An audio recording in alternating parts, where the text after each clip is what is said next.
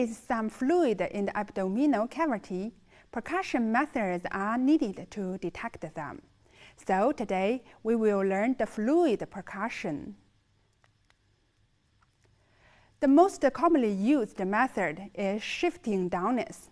Firstly, we should know while in the supine position, the fluid at flanks, and when we turn to one side, the fluid flows to the same side.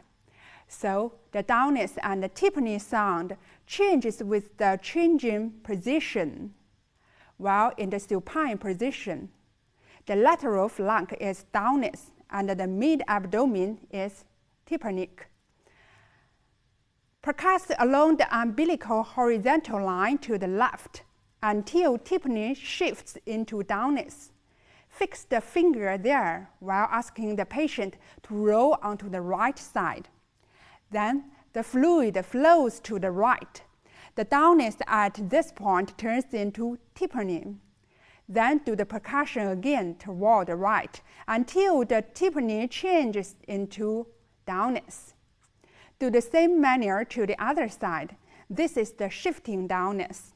The shifting downwards can detect more than 1,000 milliliters of peritoneal fluid.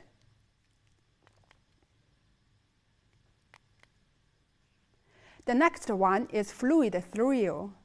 Put one hand on the flank of the patient. Ask the patient to place his own hand on the middle of the abdomen. This is aimed to prevent the wave transmitting through the tissue of abdominal wall. Then tap the other flank of the abdomen by the other hand. A wave will be transmitted through the fluid and can be felt by the first hand as an impulse.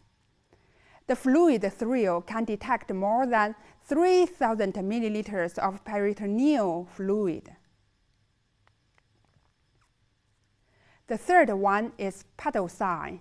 It's the method to detect a small amount of fluid in the peritoneal cavity, over 120 milliliters. Ask the patient to place elbow-knee position and percuss from the flanks of the middle part of abdomen. If the tympani changes into the downwards, the puddle sign is positive. Using the different methods can detect different amounts of fluid in the peritoneal cavity.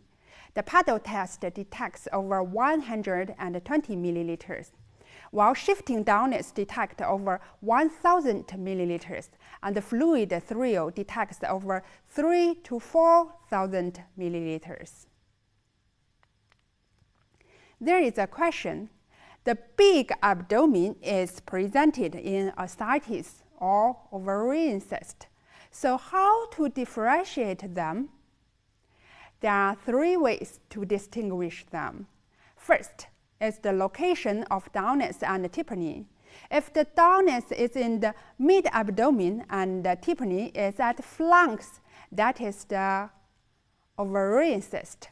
On the contrary, if the tympani is in the mid-abdomen and the downwards is at flanks, that is the ascites.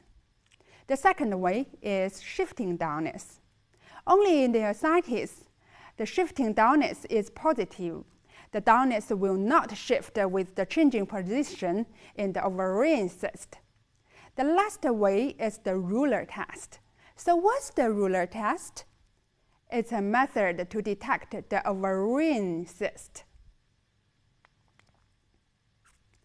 When a ruler is placed transversely across the abdomen, the position of the abdominal aorta are not transmitted with free fluid.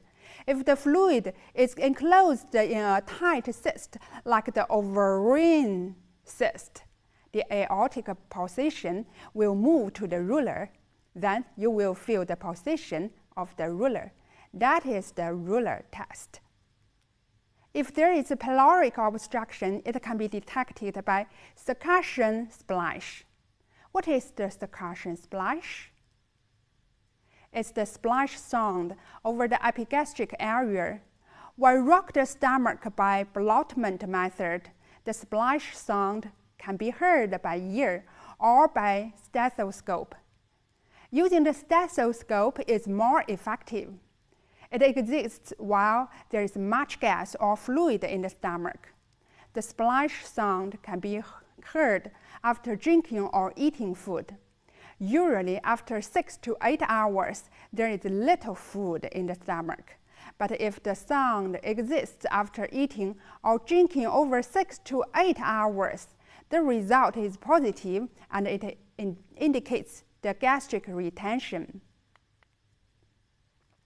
So this is the percussion method to detect abdominal fluid. Thank you.